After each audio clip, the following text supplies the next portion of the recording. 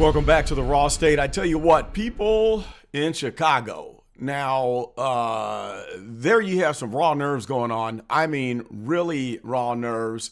This has to be the biggest bait and switch in the history of the United States. It's unbelievable that someone like this man, Mayor Brandon Johnson, could run on the promise of not raising property taxes for the residents. That was his promise, campaign promise. He didn't just break it. He went over and beyond in increasing taxes every which way but loose because he can't get that money from this corporate head tax, whacking the only group of people that he can get, which are the working class people, with the tax increase. And so it sparks this Tea Party reaction. So now we've got a Tea Party movement going on in Chicago with this property tax bonfire. Check out this clip. People have gathered here tonight at Harmony Community Church here in Lawndale as they're trying to light the way to fairness with this bonfire and discussion tonight. Many homeowners across Chicago receiving a hefty property tax increase in the mail, and they're all wondering where that money is going. How can you maintain your home if your taxes are constantly going up?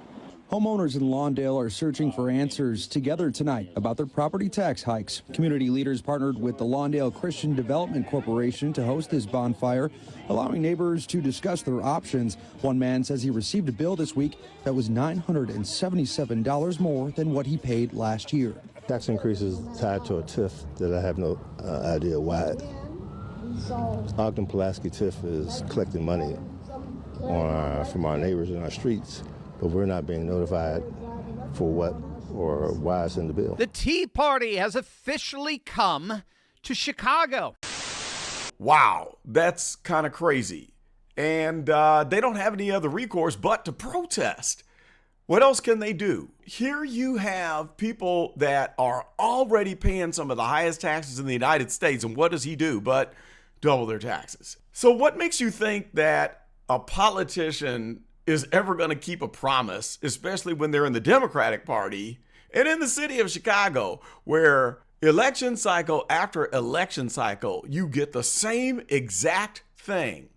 All right. So it's like lather, rinse, repeat, the directions on the shampoo bottle. Same thing time after time.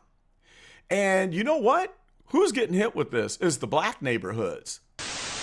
Reports from West Garfield Park, the median homeowners saw their tax bill surge by nearly $2,000. That's a staggering 133%.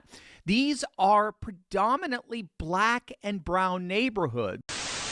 So it's kind of sad that Mayor Brandon Johnson, who always goes on and on about the black and brown community. They're targeting the black and brown community in deporting people.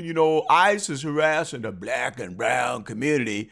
He comes across like he's the new Martin Luther King in defense of blacks and brown people. But that is the biggest, would you even call it a smokescreen? I don't think it's a smokescreen. It's just a flat out lie. He's using people. He is bastardizing the name black and brown and using that as his excuse to cover up what he's doing, which is really heinous and evil. So raise the taxes on the black people, but then here's the double jeopardy that I alluded to before. He comes in promising not to raise your taxes, claims to be the new Martin Luther King, but then he spins the city into a massive debt in a deficit year after year, where $630 million, I think to date, has gone for housing illegal immigrants. $630 million, right?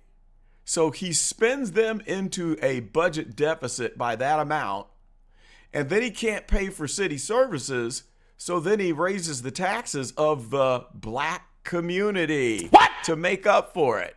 So not only did he just break the promise, but then he turns around and spins them into a deficit, handing that money over to illegals to make sure they got housing, food, transportation, business licenses, driver's licenses, the whole bit. So you could imagine that, yeah, their nerves are going to be a little bit raw. That's why they're burning those tax statements. I can't fit it in my mind.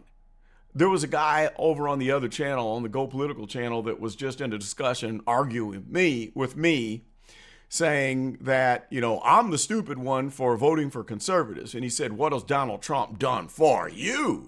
And he is from Chicago. Now, isn't it interesting that a black person from the neighborhood in Chicago would lash out at me, asking me, what has Donald Trump done for you? When your mayor, Brandon Johnson, of the Democratic Party, has just about run Chicago into the ground. And you have a direct effect, sir, because he sent you a tax bill that doubles your property tax. You're paying twice the amount of what you did last year for your house. But you're asking a person who is a conservative, what has Donald Trump done for you? And forget the fact that that's not even how most conservatives think. We're not thinking about what we can get. We're thinking about, will you leave me alone and stay out of my back pocket, stop taxing me so much, and let me be free as an entrepreneur to make my own money and sustain myself without wasting my taxpayer dollars?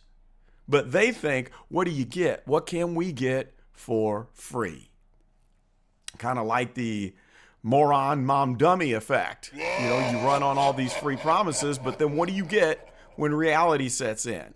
You get nothing for free. You end up paying more than what you were before. What are your thoughts about that? I'd sure like to know. Post in the comment section. Like, comment, subscribe. We're going to be talking more about this. If you want to hear about it, type in the comments section. If you want to hear more about the hypocrisy of Brandon the Jackass Johnson, just type in the jackass and I will respond accordingly.